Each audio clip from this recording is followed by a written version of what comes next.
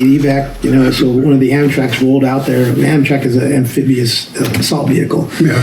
But they have a, I think maybe 20 millimeter cannon on it, or is it 50? Anyway, so they go out there. So they're armed, and they send a squad out there to go. And so they pick the guy out and the staff sergeant, the other Marine up, put him on the Amtrak and evacuate him out of the area to bring him back to the battalion building because we have the doctors and the corpsmen there.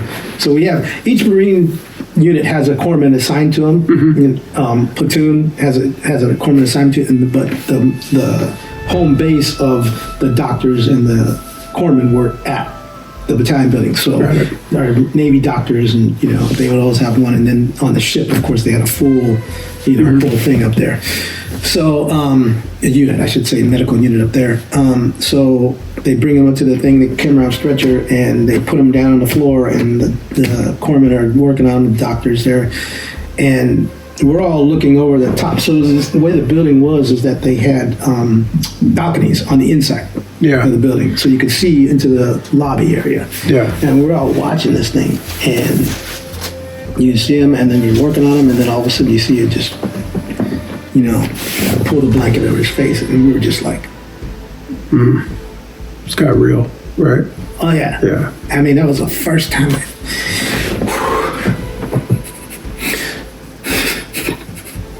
Yeah, it's rough.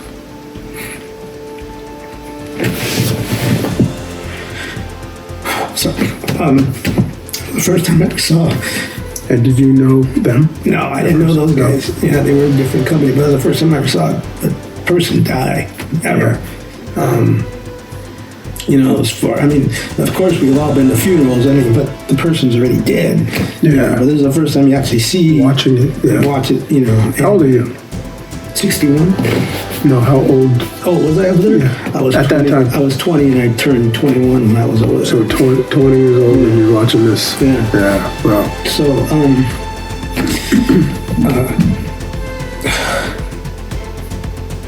there was two of them? Yeah, it was two of them. Huh. So we're thinking, okay, it's time now. We got dead Marines. We need to go kick some ass now. Get some revenge on these fuckers. Nothing at all.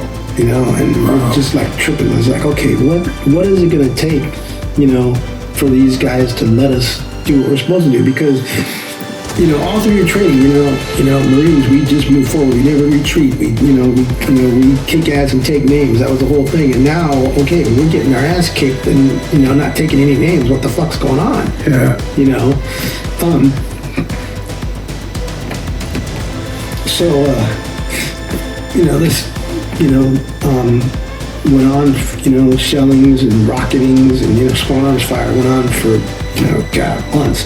Mm-hmm. In the meantime, we're getting caught in the middle of us, and they kept telling us, well, they're not coming after us, they're coming after the Lebanese army. Okay, they already came after you, though, right? Yeah. At that point. And but this was the narrative that they were, putting out. And, we all knew it was bullshit, we all knew it was politics that was going on. And, it's like another thing I say, when politicians, I should say, get involved in,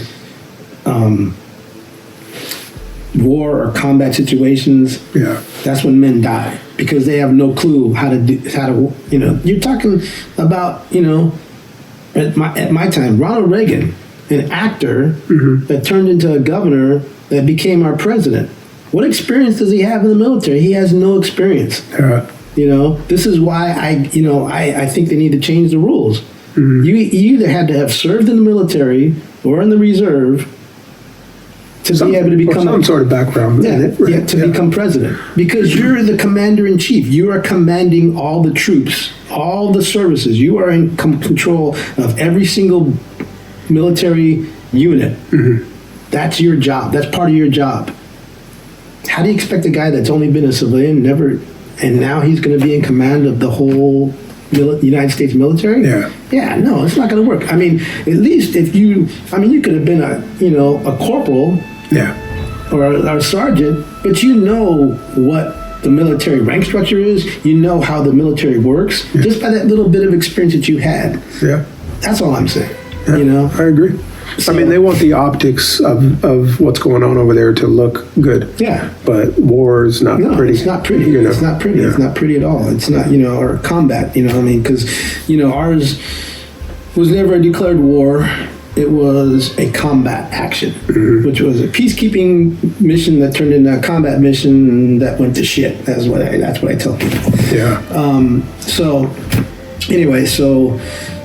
After first couple weeks of shelling, I was still up at the barracks on guard duty, and all of a sudden, Captain Haskell, he was our company commander. He came in and he said, "Okay, just letting you guys know that he got the engineers out at 81's site. We're digging bunkers. Yeah. So now you guys are going to be housed in bunkers," which was the smartest thing to get you guys to get down to the tents. And I think they started doing that in the end of July. And you're gonna be living like like moles under the ground in bunkers. So when I left the guard duty to go back to my gun, because I was a squad leader now, so I was in charge of a gun. I had my own gun crew, which the guys were they had the fastest gunner in the platoon. The guy could, I mean, no matter what, I would give him grid coordinates, that would turn the gun backwards, and then boom, that guy would have it up. And so one time before all the shit started happening, we do gun drills, and then our gunny Rosario, he was a Cuban guy, or Dominican kids anyway, and he was like, "Okay, we're gonna have a gun competition, because if you can see who the fastest gunner is in the group." Yeah. And so that's Corporal Parkins, man. This guy, phenomenal. So Gunny gave us this crazy ass, grid coordinates, basically turn the gun, like I say, the opposite way, and yeah, dude, Parkins takes it, he lifts up the whole thing, because you basically pick it up by the bipod and you lift it and you move it to where you think you're gonna be, right? Yeah. And so he gets it, he puts it in, boom, up, and we're still waiting for the gun, and you hear up. He goes, "Troche's gun, you guys are good." Yeah. He goes, "Yeah." I'm ready. So the guy was phenomenal. He knew his shit back and forth. I mean, he was teaching me stuff about the gun that I didn't know, because I'd been out of the grunts for so long, a year and a half, and then I came and all of a sudden I get slammed into it. And I would tell him, "Look, dude, I don't know half of what you know about this gun. I need you to teach me so that I can make sure I knew what I'm doing, because this is my job. I'm a squad leader. I got to make sure I know what I'm doing." He's like, "Yeah, no problem, man." He goes, "I got you." Yeah. I mean, I was never that good, but I was okay. You know what I mean? I got to do what I had to do.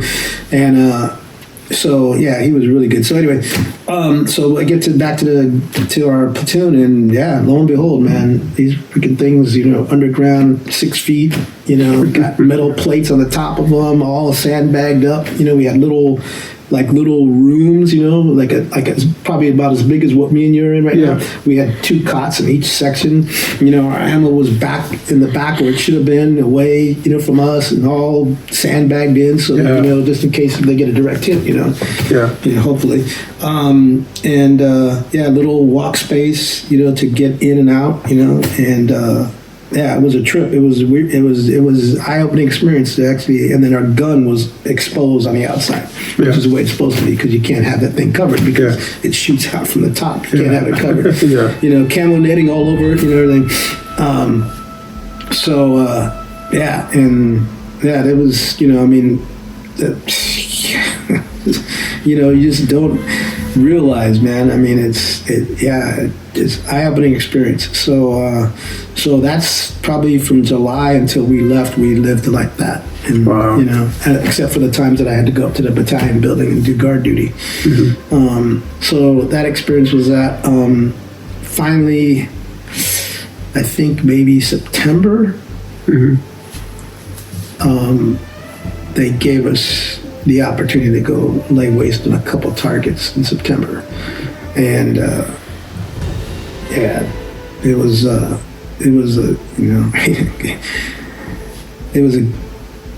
one of the greatest feelings I ever felt in my life, because I knew that somebody on that end of these rounds was going to already did that to you guys. And also they weren't feeling very good after that whole thing, and and I don't want to be heartless or anything, but you don't realize, how much anger and frustration you have, and to let it out through that weapon, even though I'm telling them, okay, elevation, 3, 6, 2, 5, deflection 1, 3, 2, 7, 8, whatever.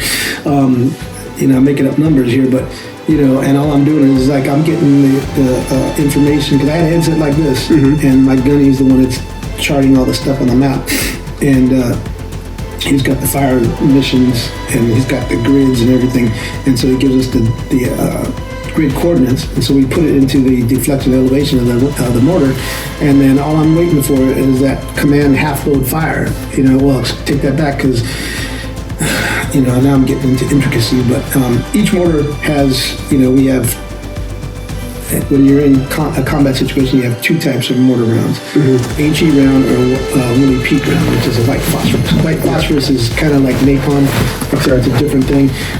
It burns because of the oxygen. So when it hits and explodes, the oxygen in the air makes it, that's what makes it burn. So, we use white phosphorus for marking only. Part of the Geneva Convention, so that's what you're waiting for. Because like, okay, gun, whatever. I'm pretty sure I was gun 5. So gun 4 was the middle gun, and he's like, okay, gun 4. I need 1 round Willie Pete. He has to say it on the radio, for marking only. Because we have an FO, a forward observer, looking through his binoculars and seeing. He's telling us where the target is. And he's got it, grid coordinates in his map, which relays it back to them. And this whole thing had to go through that whole thing: company commander, battalion commander, mount commander, ship commander. Washington D.C. Then finally, we were like, okay, we got a fire mission. We're like, what? Because we were just like used to just, having a fire mission, okay, cancel. And we're like, okay, it's going to get canceled. And the gunny's like, no, this is real. Everybody get ready. Get your, I need, So we're like, okay, now it's time. So so they have these little, they call them increments, which are little, the easiest way to say it is it's like these packets that are filled with gunpowder, but it's not gunpowder, but it's easy because they burn. When the mortar round hits the firing pin in the bottom of the mortar, it ignites those increments, which helps project the mortar out. And so the increments are, however many you put on there is how far the target is or how close the target is. Wow. So say he says, okay, I need, whatever, 1 round Willie Pete for marking only, charge, that's what they say, charge 3. So you take off, the increments until you have 3 left on the mortar. And you try to get them so that they're kind of like, because the mortar's round, so you try to get it spaced so that, you don't get the mortar run that goes, awry. And so he's like, okay, gun 4, half load. And we're all looking at each other like, this is not happening, because we were just so used to getting these fire missions, because this, and I should have went back and said, we get fire mission, cancel, fire mission, cancel, fire mission, it was like constantly getting fire mission, waiting cancel. for the cancel. And so I'm looking at my guys, and I'm just like, and we're all, and you got, these kids that are, 19, 17. I had a couple guys, 17 years old, 18 years old, whatever. And they're looking at me like, Corwell, like, hey, man, this is for real now. Motherfucker, let's go. We got to get ready. So I go, I need some rounds busted out. So my guys are back there busting out rounds, getting them ready. And because it's almost like a bucket brigade. You got a guy in the ammo dump that's, busting out rounds, and he passes them to the next guy, and the next guy passes it to the the A gunner, and the A gunner is the ones that half loads, and then you got me, and then you got the gunner. So real quick, so boom, gun 4, half load, and we're just like, what the fuck? We're actually doing this. Fire. You see that freaking thing? We're waiting. The most beautiful thing I ever saw in my life, man, at that time. The freaking little white phosphorus, just little red dots just in the stream of white smoke. Just kind of just like, what the fuck? And it was probably a good, 3-4 miles out, whatever. And he's like, okay. He goes, we're on target. I need, 1 round HE, which is high explosive, charge 2. So now we got a time delay fuse. Charge 2 with a time delay. So he tells us, how many seconds he wants to go. It could be 1, could be 5, whatever. Yeah. So basically what it does, if it hits a rooftop, the round's not, because mortars, once they hit, they explode. Well, if you have a time fuse on it, it hits, it goes through, and then explodes inside. So all of us, time fuse, boom, fire. He goes, half load. I'm like, half load, fire, boom. And he goes, half load. I'm like, fucking A, let's go, man. I'm like, he goes, another one, half load, fire. This is just a regular round, boom. And he goes, okay, fire, wheel. I'm like, fucking A. I said, fire. I was like, okay, let's go. You ready? Half load, fire, half load, fire, half load. Dude, we annihilated that place, man. I mean, just lit it up. And then all of a sudden, our guy's like, okay, cease fire. Shoot, people are still dropping because we were so freaking pissed, man. Yeah. We were pissed off, and now we find. And he's like, "Okay," I said, "Cease fire." We wouldn't stop until he ran out into the gun line, and he's like, "You motherfuckers!" He goes, "I said cease fire. The next motherfucker that drops a round, I'm gonna court-martial your ass." What was in your boom, boom. Oh, dude. It was like getting all that frustration. Man, all that frustration, anger, and just everything just came out, man. And we were just like, yeah. We were just so pumped up. And now we're just like, we're cussing at those, I mean, I know they probably couldn't hear it. It's like, now what, motherfuckers? Now what? Can you go ahead and fuck with us some more? You see what happens, right? So, and then September, we launched on them a couple times. October, we launched on them again. And it was just certain things. One was a mobile rocket launcher. The other one was a group of not snipers per se, but they were taking pot shots at some of our units out there. And then but I mean, it still wasn't enough, because we'd been taking this shit since May. And finally in July, we finally, after all that, so anyway, so that back and forth, whole thing back and forth, still on this peacekeeping mission, and we still did get cancellations, just like, fuck, come on, some of our line companies would engage small arms fire, we also got hit with small arms fire, RPGs, which I can't stand the sound of those things. I mean, you would think, rockets and artillery would, be, no. RPG, God, when you got one of those things coming at you, it's wicked. It's a wicked sound. I can't even explain it.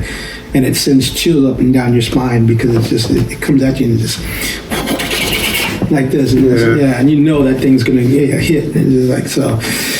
Anyway, I hate those things. And it's causing quite a bit of damage. It's like a shoulder-fired mortar round. That's what it is. Yeah. Oh. So because they're good size. Yeah. Anyway,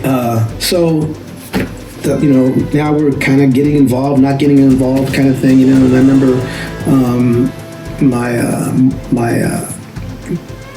it wasn't. It was, we get this thing called the Navy Times. And basically, it's a newspaper. Mm-hmm. And so, every week they would give us out these Navy Times, and of course it has a write-up about, the peacekeeping force and all that stuff. And then as it goes, it starts putting in the headline, Marines engaging in fire, and then it finally says Marines fire back and all that stuff. We're like, okay, cool.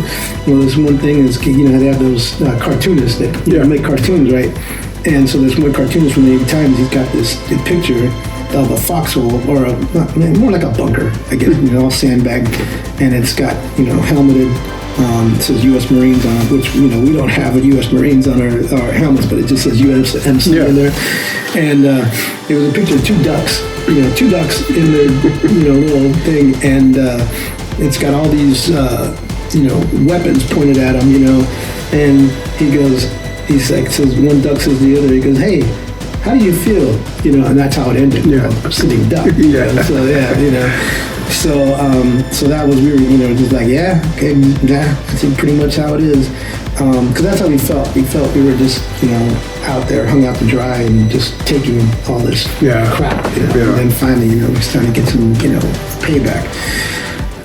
So anyway, moving on, and then. October comes and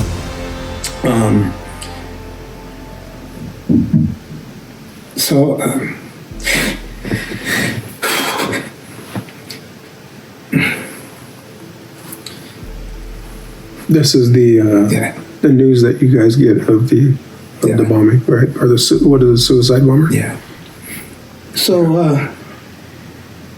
October comes, and I'm up on guard duty, and shit's getting really bad. I mean, it's getting bad. So our company commander, Captain Haskell, he says, okay, I need all my NCOs back at their guns, and he goes and sends somebody else to relieve them. So me and another corporal got sent back to the guns on Saturday night, and one of the two lance corporals got sent up. So one of the guys that relieved me was Lance Corporal Sturgill. Mm-hmm. So, I go back, and, get together with my guys, and everybody's doing good, checking up on them, how you guys doing, need anything, blah, blah, the whole thing, right? We're good, Corporal, we're good. So, it was eerily quiet that night, just weird, nobody, no fighting in the mountains, nothing coming at us. Yeah. And so, because like I was telling you, this, sometimes, it happened up there at the barracks, sometimes it happened at our gun pit, we're getting hit. Yeah. So it was just weird, and so about 6 o'clock in the morning on Sunday, they give us Sunday hours, so Reveille wasn't until I think 08, Yeah, and 08, and normally Reveille was at 06. And Yeah. So on Sunday morning I got up at like 6 o'clock. Just no alarm, nothing. Just normally you're waking up at 6, so you're up. Yeah. Checking my guys, they're all still sleeping. I'm like, cool. So I laid back down and started just listening to some music, and then about a little bit around 6:30, could be a couple minutes before, a couple minutes after. All of a sudden I feel this like thump, and the sand is coming off, and then all of a sudden, split second, the sand hits. I feel this little bump, and then all of a sudden I hear, oh, boom! I mean, this loud explosion. I'm just like, what the fuck was that? So I get my helmet on, get my flak jacket on, wake my guys, hey, get up, something's happening. So my guys are busy getting dressed, some of them, are in their underwear and their boots on, everything like that. And I already had put on my boots and my bottoms and everything, so all I did was just throw on my flak jacket and my helmet, and I get out and looking around, and I see this black smoke coming. I was just like, what the hell is that? Because we've gotten hit with rockets or artillery, I've never seen smoke that big. Yeah. And Staff Sergeant, was it Brewer? I think it was Brewer. Yeah, Staff Sergeant Brewer. He goes, they got the battalion. I'm like, what the fuck are you talking about? And he's like, no, they got the battalion. He takes his, he's got a binocular. He goes, yeah, they hit the battalion. I'm like, with what? He goes, I don't know. So I go look at it. He goes, yeah, here. I'm looking, and all I see is just nothing but smoke. I couldn't see the building. The building was gone.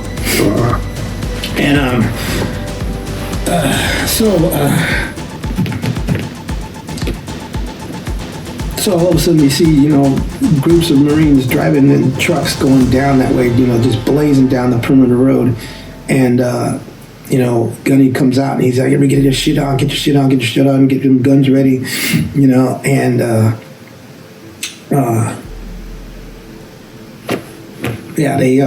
they used a dump truck. Mm-hmm. Full of explosives, and dude just drove into the barracks because, like I say again, they didn't want to build up, a position, which they should have, to make it harder for somebody just to do what they did. The guy just had a straight shot all the way down because all it was was barbed wire that was blocking him. Yeah. So he ignited the thing and blew it up, and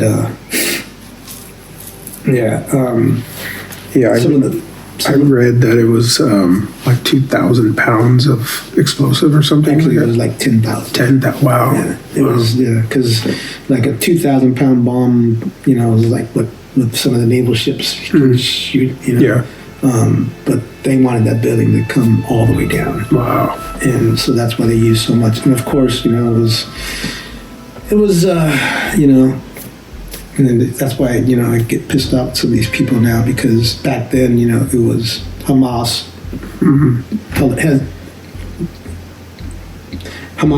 Hezbollah, backed by Iran, and that's where it came from. The explosives came from Iran, and Hezbollah gave it to Hamas, and they did some, so now what's going on right now is, the same kind of shit. But, so anyway, so they were sending people up there, and a couple of my guys had to go up there, to go help out. And then a couple of days after, they gave us a chance to send what they call a Mars gram, which is like a telegram, but they use ham radio. And because I didn't know, because the last letter that my parents got was I was up at the battalion building. So we didn't have cell phones, we didn't have, text messages. So they're watching this shit, thinking you were there. Because we were writing letters back then. Wow. And so they got the last letter, and I'm telling them I'm in the barracks, I'm doing okay, blah. And so got to send a Mars line up there, and I was trying to volunteer to go up there to go, help. They wouldn't send me because, of course, I'm a squad leader, I stayed in my gun. So to go do the Mars thing, they let us go up there and write a little message, and then it got sent off. Well, in the meantime, I went to where the building used to be, and you wouldn't even think that there was a building that was there. It was just flattened. They were still digging, How many Marines? 247. Yeah, in like a matter of seconds. Yeah. You talk about, they talk about like Tarawa. It was like the bloodiest battle of, the Pacific, War, and in World War II. And I believe there was like 100,000, casualties, wounded and killed. But the time that it took for that attack to start and to end, there's never ever been that many Marines. And they also had soldiers and sailors in there too. There was a few soldiers and a couple sailors because the doctors were torn. Never that quick, that many people. And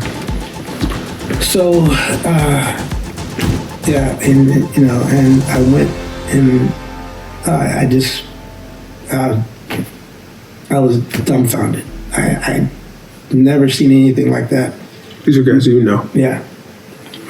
Guys from my squad. Wow. Guys from my platoon. Guys that I had met. You meet people. Yeah. You start. You go up there to battalions. So I'd meet some of the cooks. I'd meet some of the corpsmen. I'd meet some of the admin guys. So and you start to get known. No, everybody. This. That smell. Of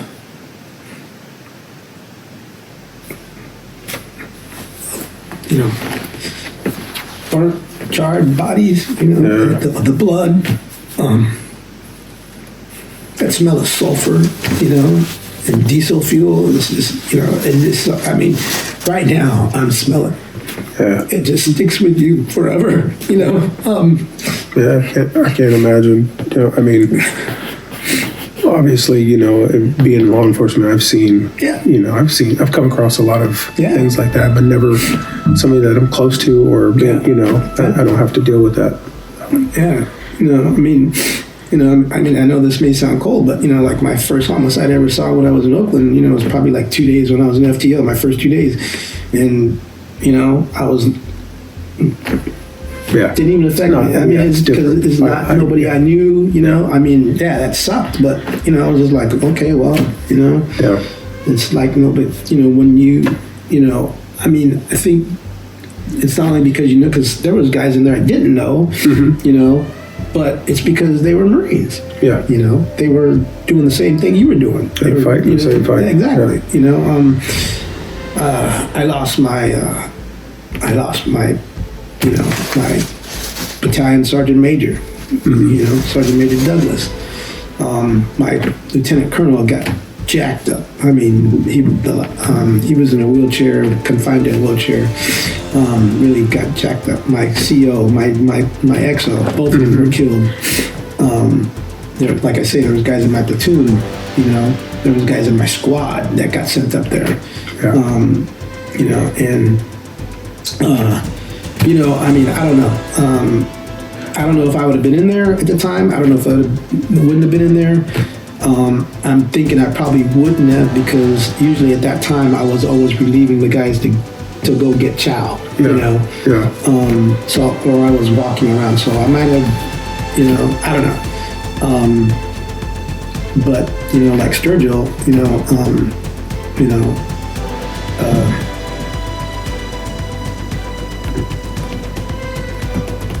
I say he saved my life. Yeah. So anyway, so he sent off the Morrisling, and my parents got it, but they still didn't know, if, was this before or after, or, whatever. Yeah. Because all you could put in there is, because you couldn't tell them what happened or anything like that. Mom, I'm okay, that's it. Yeah. It was this whole, keeping things covered up so that, they got to make sure what we know, what we don't know, the government, just kind of make sure, you didn't want to let anything out. And then finally, after, I think it was maybe a week, 3-4 days, something like that, we actually were able to make a call because they hooked up a line that would go from our Mao headquarters, because the battalion is now gone, go there to the ship, and then the ship would relay it to a guy that lived in North Carolina, and then he would broadcast it from there. Yeah. And however, I mean, it was genius, because I mean, it was like talking to the telephone, but it wasn't really telephone, it was more like radio, but so my mom and dad answered the phone. Wow. And she's like, I think my mom, my dad, he was, he like, straight Puerto Rican guy, tough, don't cry, just, the whole thing. And I didn't know this until afterward, but my dad would not answer the telephone. He wouldn't answer the door, because he heard about all this stuff. Call. He's like, I'm not answering the door, because, I'm not answering the phone. So, my mom answers the phone, and she's like, hello, and I go, Mom, and she's like, Pricey, and I'm like, yes, and she's crying, and I'm telling her, because we only have like 3 minutes, I go, look, I got 3 minutes, I'm good, I wasn't there.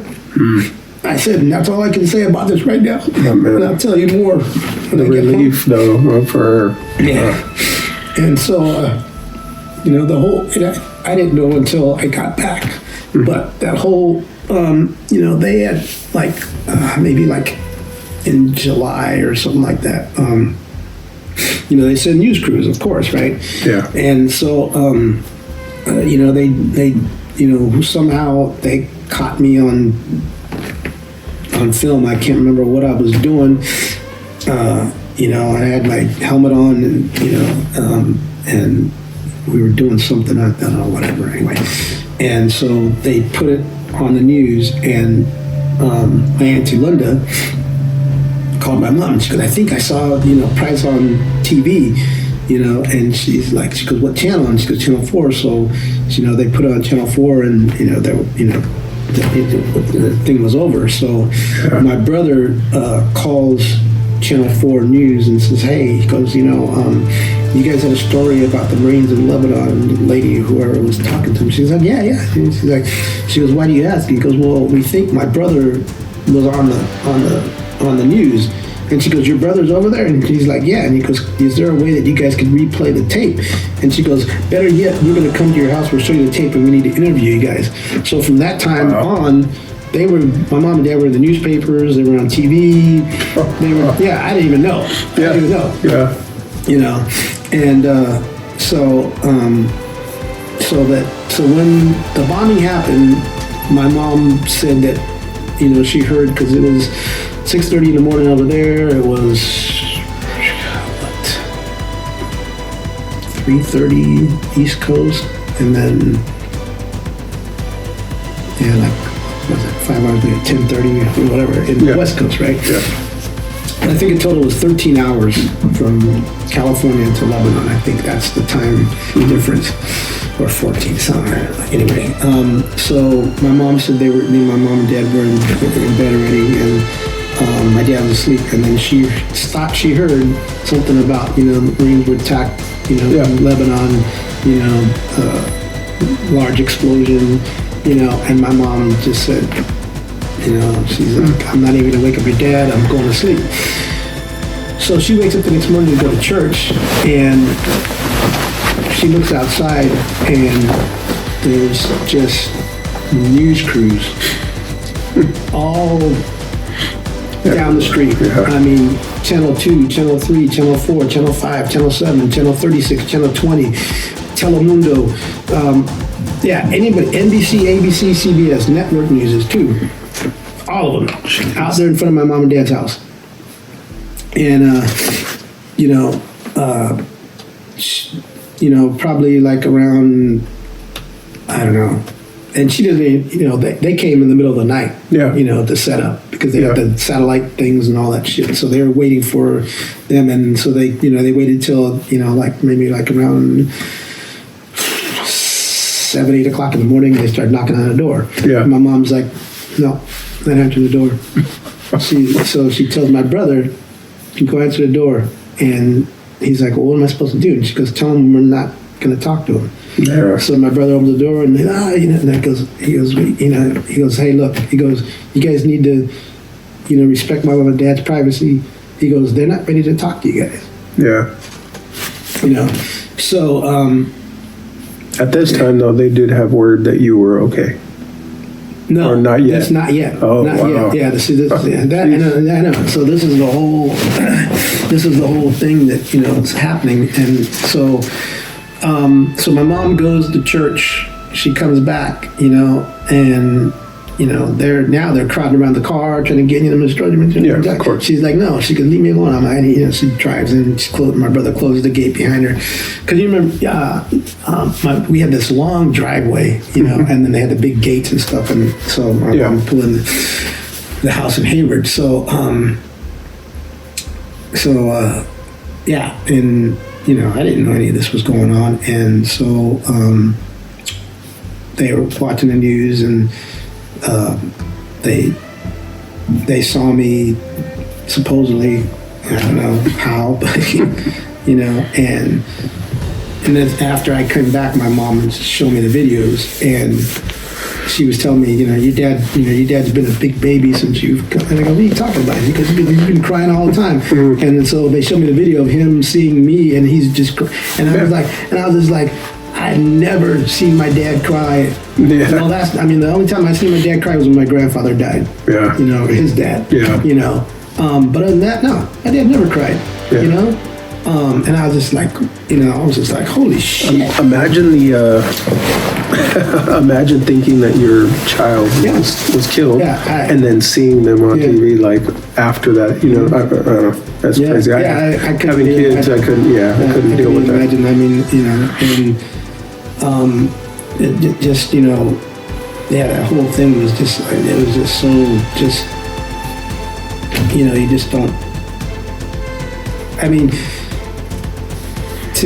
To be sent over to a country you never even heard of, and to do a mission that was, going to fail, and then to have to, on top of that, then you lose that many Marines,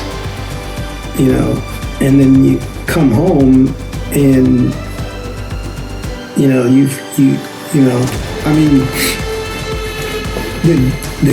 the guilt I have, because I survived. I've been married to my wife for 37 years. It'll be 38 in March. Mm-hmm. I have 2 children. I have grandchildren now. Mm-hmm. And some of these guys didn't even see their, 18th birthday. Some of them didn't see their 21st birthday.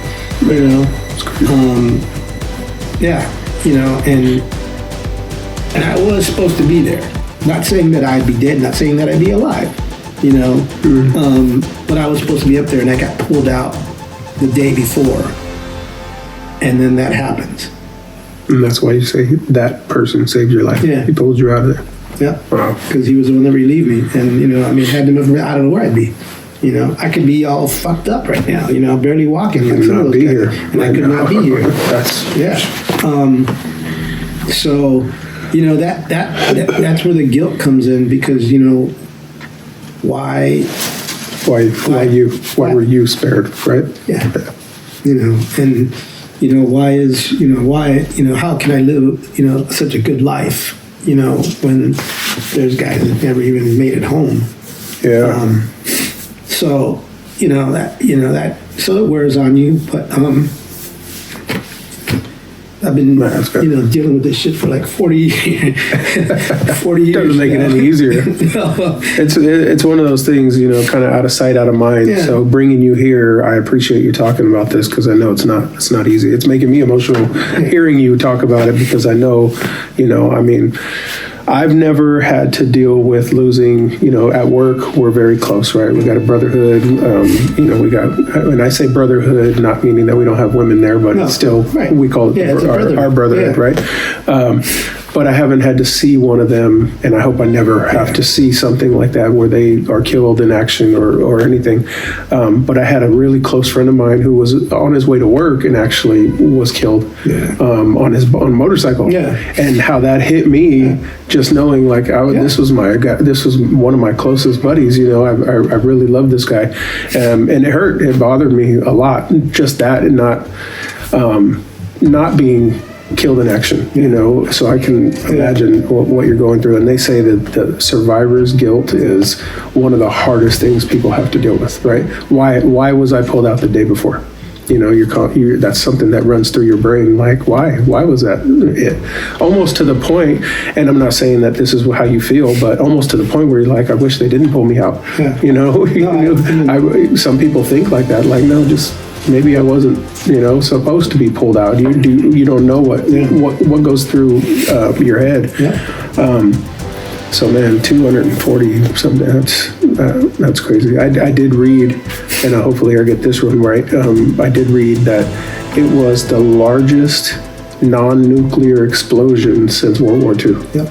They said, and that's crazy. What, a 4 or 5 story building just to rubble? I think it was like maybe 6 or 7. I can't remember exactly, but it was just. I looked at the pictures, and it did not look like there was a 6-story building there. You couldn't tell at all. It looked like a pile of just like somebody, like when they do construction, and they break up the buildings and they just leave it in a. And I went up there again after, a couple of weeks after, when they had everything cleaned up, and this hole that they had was just massive. It was huge. It was like almost like a meteor hit, and just. So one of the other things, I was reading a lot about this, and they were saying the problem that they had, a big problem that they had, is that these Marines were sleeping. So a lot of them weren't wearing their dog tags. A lot of them weren't wearing anything identifying on them, right? So they had to go through a crazy process to figure out who these Marines were, right? Because you're not going to just say, oh, these Marines. Yeah. You know what I mean? You have to make sure that you know who you're saying. You got families that are desperately waiting just like yours. Yeah. So they had to go through a process of, okay, we got the live Marines here, and then we have a roster, and then we have, and it was just a painstaking process that took a bunch of time. And what was your job from there? Were you helping clean up? Were you helping move people? Were you were you pulled out completely? Yeah, I was pulled out. They had me back at my gun till we left. But like I said, I did go up, and in the first part, just seeing them, extracting, dead Marines, and taking the rubble and stuff, and then the aftermath, of seeing, how they dug it up. But you don't realize, because none of us did until we got back home. Mm-hmm. We saw pictures of the caskets. Mm. And 200 plus caskets in a hangar draped with, American flags, and you just go, I've never seen that ever. And I mean, even, and even in major wars like, just now, Iraq and Afghanistan, you might have, like the latest one, when they were pulling out of Afghanistan, 13 caskets, So you take that and add, 200 and, whatever amount to that to equal. And, it's bad enough to even have one, and have 13 or, 20 or whatever. But when you're 200, What's really, really crazy about this is everything I read, this was dubbed forgotten history or forgotten war. I don't know exactly what they called it, but how is that? Yeah. How is that? I don't know. I know, history. I don't know what they call it now. World history or whatever they call it now. I don't know. Back when I was in school, they called it world history, and I think there's a different name for it. But even when my son was in high school, there was nothing in the books. Nothing at all. You look at, I know for sure now they're not even teaching about it. But even like, you read like some of the history of the Marine Corps, and I have this one book, it's probably like, that big and that thick, and it's got every single battle the Marines ever ran up until, I believe it wasn't that old, that new. I think they stopped right before not Desert Storm, but before the Iraq Afghanistan. So it was probably I stopped at Desert Storm. Yeah. And I'm talking from the development of the Marine Corps in 1775 all the way till then. So it had got everything. Revolutionary War, Civil War. Everything, right? World War I, Vietnam, World War II, Korea, everything, and I think our history is on, a page. One page. 240 Marines I was on just one like, page. really? I think I found a book about U.S. history, and, of course they talk about all the wars, and just a paragraph about us. My son was he was in high school, and he was like, hey Dad, I gotta do a paper on history, and I'm like, okay, but it can't be anything that is in our books. My teacher wants us to find stuff that's history that's not in the books, and I'm like, well, what are you thinking about doing? And he goes, I want to do about the Marines. And I go, well, there's all kinds. He goes, no, Dad, about Beirut. And I'm like, oh, okay. Yeah. So he, went on the internet, because, internet, found all that stuff. And, he goes, well, can I? And I go, yeah, no. I said, I passed, man. You have to do this on your own. I said, whatever you find, you're good. He, but then he said, well, I got to have like a presentation. I'm like, okay, what do you want to present? And he goes, well, you're going to be my, and I'm like, oh, God, I said, okay, it's going to be brief, so I just, told him, what we got there for, what the mission was, and then what had happened. I didn't get into the details of that. Yeah, I was just in and out. So anyway, but you got an A, which was good. When you look it up on the internet, of course, the internet has everything now, right? Back then, it was different. But when you look it up now, it definitely goes into detail about everything that happened, and I think part of the thing back then maybe was to avoid showing the mistakes that we made. Probably. Because I think there were a lot of mistakes made, right? They weren't letting you guys engage. They weren't, and had that happened early on, this may not have happened, right? I believe it wouldn't have happened. Yeah. I mean, if they would have let us, the first time that they ever tried coming at us, and we would have just launched on them like we should have, like what we were trained to do. Yeah. They would have said, "We're not doing that. We're not going to attack the Marines no more because these guys are nuts, man." That's how it's always been throughout the history. Yeah. Nobody wanted to fight the Marines because they knew that they were going to get their asses handed to them.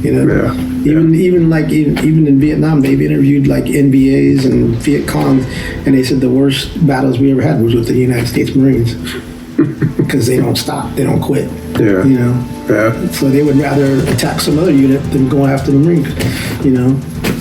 So I mean, even though the Marines got attacked, but still they knew that they were going to be in for some shit. Yeah. You were going to know you fought the Marines. Yeah. So, and that's what we were, inbred in when we were in boot camp. And then when we get there, we're just like, what the fuck's going on? Why are we doing anything? This is bullshit. So, what part of this crazy shit made you want to be a cop? You said, I'm going to go from one thing. Go from the fry. I didn't have enough. Yeah. I'm a glutton for punishment, I guess. I don't know, man. I mean, it was something I always wanted to do, and, it wasn't easy, though. I mean, because, I don't think I got hired until I was 28, and I got the job when I was 21. Okay. And I was trying, this department, nothing, and, well, it's notoriously hard to get it anyway. I mean, it's still, to this day, it's still tough, and there's people that are short. Yeah, and that's what they need, though. You can't just hire anybody. Yeah. You have to make sure that you're going to hire isn't going to do stupid shit, isn't going to want to, I mean, that's part of the whole. So what did that 7-year gap look like? Got out of the Marine Corps, started working for UPS. Oh, okay. At the Oakland Airport, just loading, what do you call pallets onto the plane and stuff like that. Worked there for about 6 months because I was trying, even though I wasn't all the way into it, trying to go back to school, and that just, I'm not doing this. I'm just not a school guy. And then, trying to get into the police department, taking tests, I would pass everything except for the oral board, or I'd go through the oral board and then pass everything, and then they would have a hiring freeze, or they were hiring one guy and I was like number 9, or they were hiring 7 and I was number 8.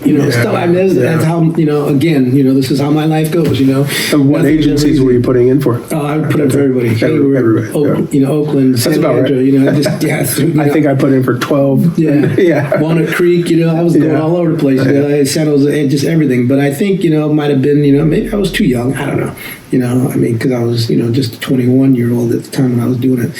So, finally I just well, let's see. Let's see. When I was 23 years old, Tammy and I started dating, even though I knew her from high school. We went to the same high school together, and when I was in high school, true story. I saw her. I was a sophomore. She was a freshman, and I saw her walking down the hallway. And I was with a, how you hang out with your buddies and you're just walking, you're talking shit and everything. And I see her coming down, and I was just awestruck. Yeah, I had never seen anything more beautiful than her. And I was just like, and she's walking past me, and I'm just like. And my friends kept walking, because they didn't. I'm dead stop in the hallway, and I'm watching her the whole time. And she's walking. I don't know. She was always walking like this all the time, no matter where she was always like this. And so my friends turn around and they're like, "Bryce." They're like, "Bryce." I go, "What?" And they go, "What are you doing, man?" And I'm like, so I walk up there and they go, "What were you doing?" And I go, "You see that girl right there?" And they're like, "Yeah, I'm gonna marry her." And they're like, "Man, get the fuck out of here, you stupid, man." Wow. Lo and behold, man, yeah. True story. You don't believe it, you can ask some of my friends, because she didn't believe it. And then I went to our 5-year reunion, and I got all these guys around. I said, "Tell her what I told you guys," because she didn't believe. He said he was going to marry you. That's crazy. Yeah. So we were engaged at the time of that. So anyway, manifested it. Yeah. so I started. So then I go, okay, I got to get me a job because I'm going to start having get married, got to have family. So let's just put the police department on hold, and I'll get So I started working at the post office. Yeah. It was delivering mail of all things. Okay. So I mean, kind of Marine Corps-ish, because I was humping that big bag, with the mail, So, couldn't get away from it. Yeah, So did that, and then 4 years, and then found out that the post office had a police department, which I never knew. It was part of the inspection service. You got the postal inspectors and you got the postal police. So I was like, how do you get into that? So I started, inquiring about it. So yeah, just, you have to be at least, I think you had to have been working for the post office for 2 years, I think. You could apply to move other places. Because they got all kinds of jobs. It's like, it's like going to the military, the police department. They got other jobs that you could do within that government. So okay, cool. So put in an application, did the whole thing. Boom. A couple months later, hired. So I did that for a year, and then during that year, I was like, "This is what's going to get me in, because this is going to show that I got law enforcement." Even though it's not, it's like whatever. It's like working for the VA, same thing. It's like you're just glorified security guard. But that was able to get me to when they pull up my app now. Okay, you work for the federal government as a police officer. Okay, boom. So then lo and behold, boom, boom, boom. 6 months, boom. After that, boom. I was, it worked for a year. 6 months later, then now going through the police academy, just going. Again, what the hell I get myself into? Oakland. Yes, Oakland of all places too. Yeah, they still have their own academy also. Yeah. They won't accept anybody else's. Nope. Yeah, so what was that like? Yeah, it was, it was nothing like boot camp. Just put it that way. Yeah. But the hardest, the physical stuff wasn't hard. Even though during one of the classes we had, I broke my leg. Yeah, again, this is the way my life goes. Nothing can be easy. So I had to wait to the next class to go through that one. So I got delayed, like 6 months. The physical part wasn't hard at all. It was pretty much not after the Marines. No, but the part that scared the shit out of me was the freaking book learning stuff. LDs? That whole learning law and learning, and I'm like, I'm not good at this. I'm not good at, dude, I would study probably 3 times as hard as anybody else. I'd be up until like the wee hours of the morning studying because my study habits were shot, man. I hadn't been in school since I was 17. Yeah. Except for the little classes we had in the Marine Corps, but that's nothing, compared to this. So they inundate you with all this information, and it's like, oh my God, so no. And the worst part is that you don't know what you're going to be tested on. So you read this entire book, and they test you on 7 pages of it, So you're like, I don't even know what to learn, so I got to learn this whole book. Exactly. It's crazy. Yeah. And Tabby helped me do the, what do you call the radio call signs, because we get flashcards, and we had to get tested on it. So but this wasn't part of the what's it, I want to say post. It wasn't part of post, but it was something that Oakland did because it had to be for our department. So we had tests for post, and then we had Oakland tests. Were you guys 9 or 10 code? 9. 9. Okay, that's what I thought. Yeah. So she would help me with the flashcard. She would also, help me, study. She would give me questions, stuff like that. So, she knows a little bit, a little bit of law, which was good. So she learned. But yeah, so I only worked there 17 years, retired. But it's not. Being a cop, being a fireman, is like, being in the NFL. It's a young man's game. It's a young man's game. It takes wear and tear on your body, and once you start getting older, shit starts to hurt, and you wake up and you're like, what the hell did I, everything's, you're like, what did I do this time, and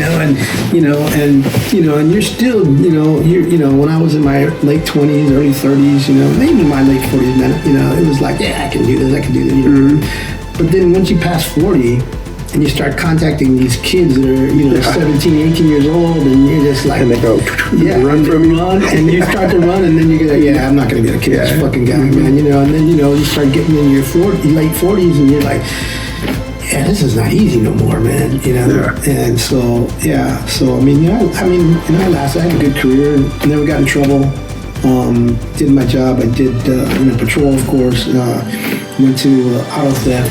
Got on the auto theft task force. So I was undercover. Did that. Was that ACRAT? Yeah. ACRAT. Okay. Yeah. Nice. Yeah, it was fun. We had a great time. We had a good group of guys. So it was High Patrol, us, a couple other guys from Fremont and Union City and Berkeley. So it was a county task force. Really good. And then we met other task forces, from other counties and all the way down to LA and San Diego. So it was really cool. Yeah. Great group of guys. Everybody was just, we're all stupid. You get, what I mean? It's just, you get together with cops and you just everybody. It's like you get together with a bunch of Marines. It's like everybody's on the same page. You get together with a bunch of cops. Everybody's on the same page. Yeah. Just like so we speak a completely different language. Exactly. People don't understand. People don't understand it, exactly. And so, and then after I went task force, then I went to the airport. Then I went back to patrol. And then I retired. So it was good. Never had to shoot anybody. Pulled my gun out probably every day.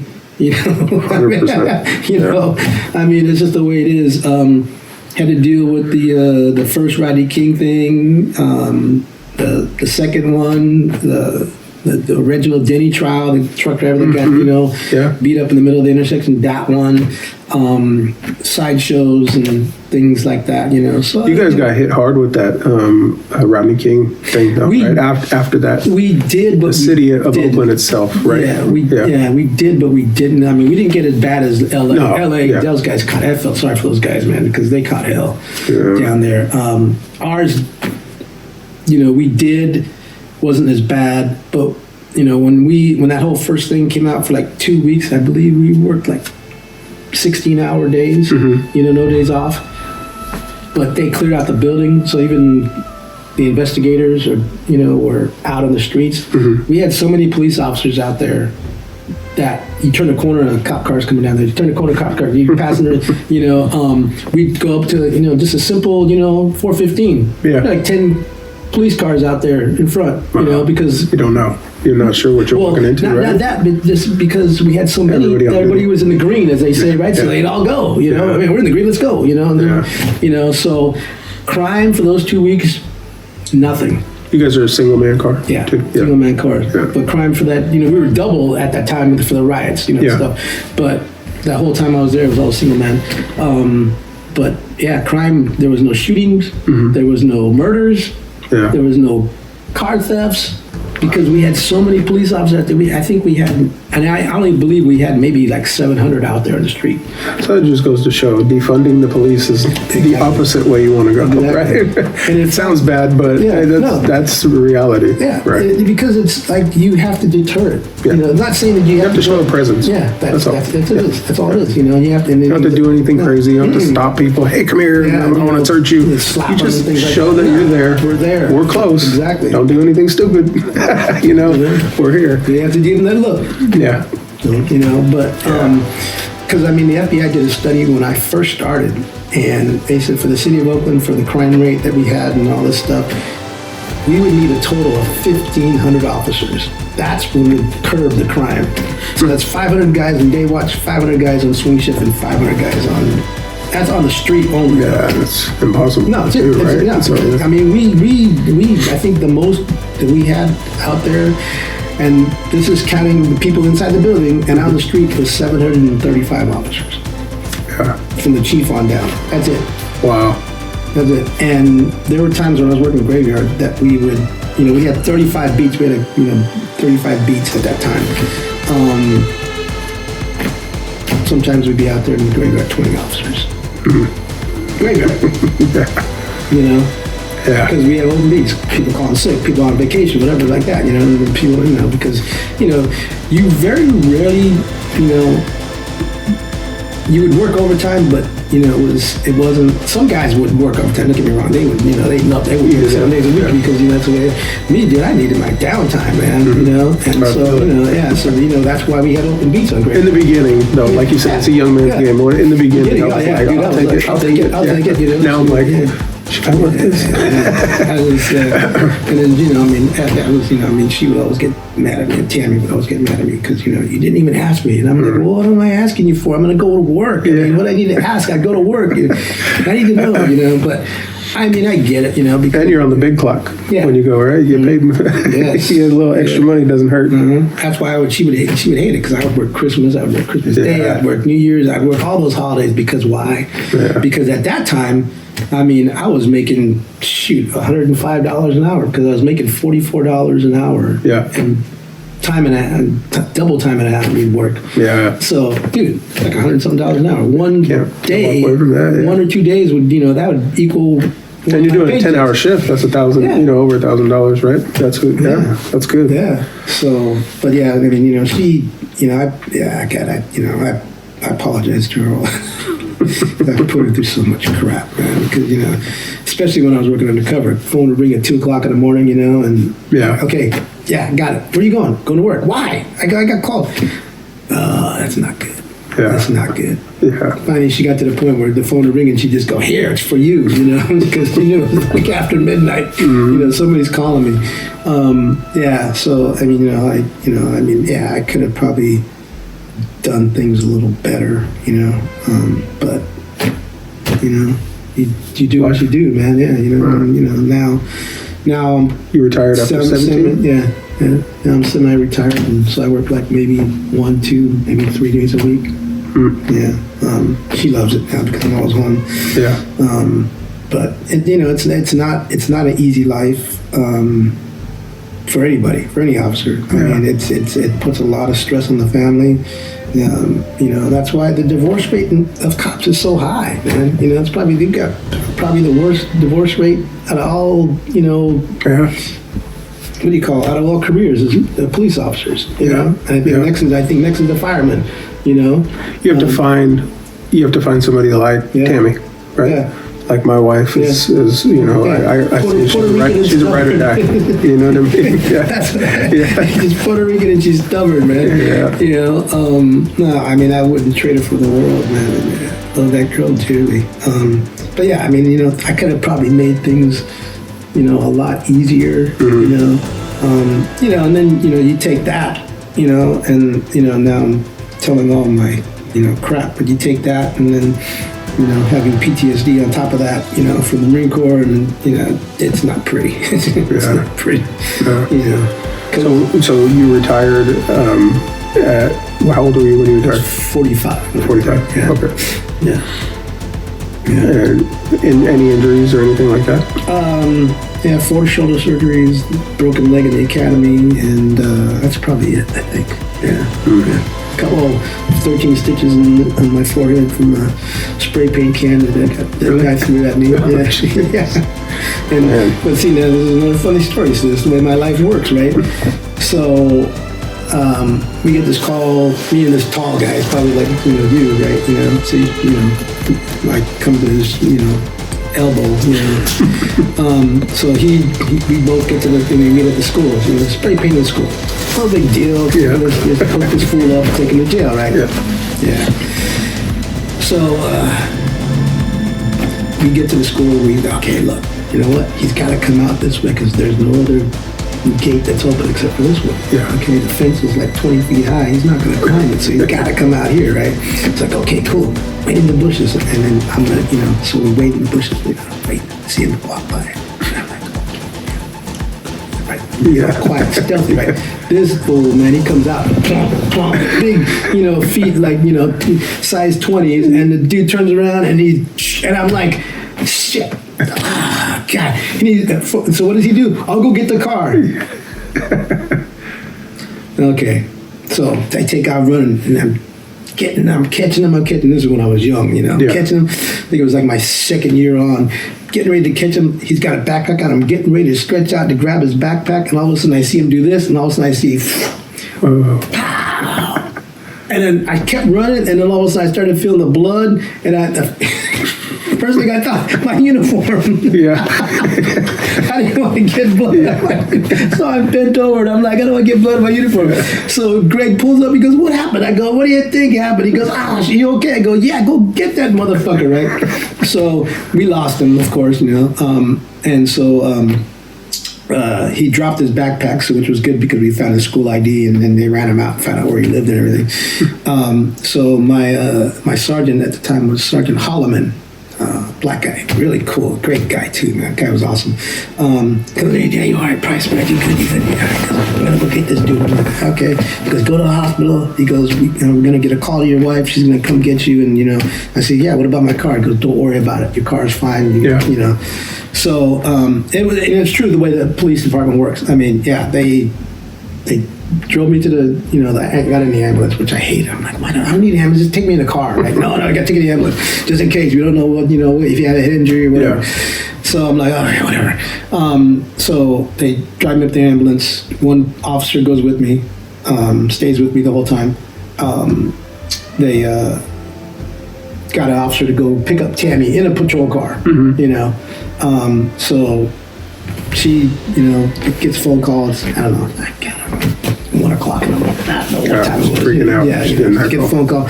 But I've always told her, I said, if anything happens to me and it's bad, they'll never call you. Yeah. They're just going to show up at the house. Yeah. So if you get a phone call, I'm okay.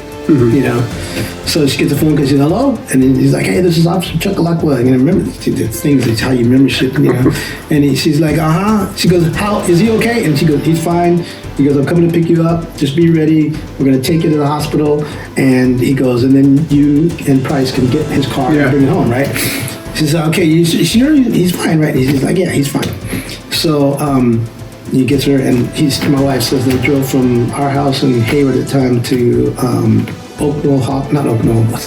Summit Hospital in up there in the hills, probably like in 15 minutes. He was going like 100 miles an hour, or if not more. So she gets there and she comes. She goes, "What happened?" Like, I'm sitting there with this freaking thing on my head, And she's like, "What happened?" Like, got hit with a spray paint can. She's like, what? And I'm like, yeah. So the whole thing stitched me up and everything like that. And then she goes, well, when did they see you? I go, I don't know. And she goes, well, what time is it? And so I'm like, I don't know. She goes, well, how long you been here? I don't know. So she goes, oh, hell no. Your ass to be in the freaking room right now. They should be stitching you up. You shouldn't be waiting out here. And I'm still armed, everything. I got this, So she goes and walks. She goes, who's in charge here? And she's like, and the nurse goes, well, I am. And she goes, why is he still sitting here? Well, ma'am, she goes, I don't care. He's a police officer. He'd be getting first in line. She goes, you need to take care of him right now. Yeah. She goes, otherwise he's going to be hell to pay. She goes, I'm going to call the chief and let him know what's going on with his officers. And they go, next thing I know, I'm there, and the doctor sewn me up and everything. Okay, you're good to go.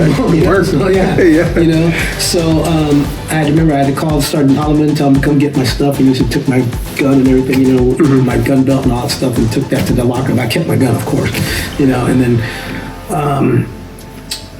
got home, and then everything was good. And I was out for like a week, with that because the doctor didn't want me going out in the street with the freaking stitches, whatever. So the week later, cut them off, and I was good to go. I mean, these are things, that happen. So when I come back to the lineup for the first time, I have to come back for a week. Lieutenant Dunbar, who became a chief of police later and stuff like that, really cool guy. He was doing a roll call and all that, and he's like, and so he finished the roll call, and he goes, oh yeah, and we'd like to welcome back Price. Everybody knows what happened to him. He got hit in the head, and I'm like, whatever, And so he goes, Price, he goes, but while you were off, I was sitting here, I was thinking, about this whole incident that happened. And he goes, and, I came to this conclusion. He's like, if he had been a normal-sized guy, that would have probably hit you in the chest, not the head. And I'm like, everybody's like, laughing, and I'm just like, thanks, Lieutenant, thank you. But that's the way cops do things. Yeah. 100%. You got it, and once they find out you're okay, then the shit, you got to give the guy shit. So, yeah, everybody's like, oh, my God. Because, again, I was one of the tallest guys in the police department, So that was, but, it's true, though. Like, if Greg would have been the one that was chasing him, Yeah. he would have probably Or chested him. Well, that's, I mean, it's awesome that, you got to, you went through the Marines, you had a successful career. I consider it successful not having to pull your gun and fire it at somebody. Yeah. I think that's a very success. That's what I hope for. Yeah, none of us want to be able to do it. Yeah, like you said, I pull my gun once a shift, twice a shift, sometimes. I mean, we're always doing that. But to not have to, fire at somebody and definitely not have to take someone else's life would be a great career for me. I'm hoping to retire not having to do any of those things, I mean, it's like, you think about it, and it's like, I'd probably be way more fucked up than I am now if I had to actually shoot somebody on top of all this shit I have, So, but I mean, I hope, your career just goes smooth and just everything just goes and you retire and, grow old with me once you retire, man. Smoke a cigar and have a little drink, and we're all good. Relax. Yeah, I'm ready. I can't wait for retirement. How many more years you got now? Man, I got 10. 10 for sure. Yeah, I got 10. That'll be what? You'd be I enjoy it though. I say that, I talk shit, but I actually enjoy it. I still love it. It's the greatest job in the world, man. It is. I mean, other than the Marine Corps, because I did go back into the reserves for a while too. That's just a glutton for punishment. But other than the Marine Corps, the police officer was probably the best career I had. Because even though I had bad shit happen to me when I was in the Marine Corps, I had bad shit happen to me when I was in the police department. Talking about death and things like that. 17 officers were killed, but in the time that I was there. Some of them from violence, and some of them, like one got killed in fire, and another one got run over on a motorcycle on duty. So so I mean, it's never an easy thing, but you move on, and hopefully that everything goes okay, and your family is fine, and that's really the most important thing. As long as your family is good, everything's good. I agree. Well, I want to say thank you very much for coming here and talking to me. I know this is some of the stuff that we talked about was extremely sensitive and brings up a lot of old emotions and stuff.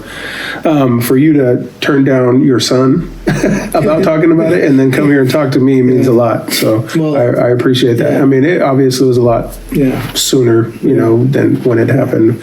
But that kind of thing is not easy to talk about in general. So I appreciate you coming here and sharing those things with us. I think more people need to know about that part of history. Well, I do. I mean, and like I told you when you asked me, and this isn't about me.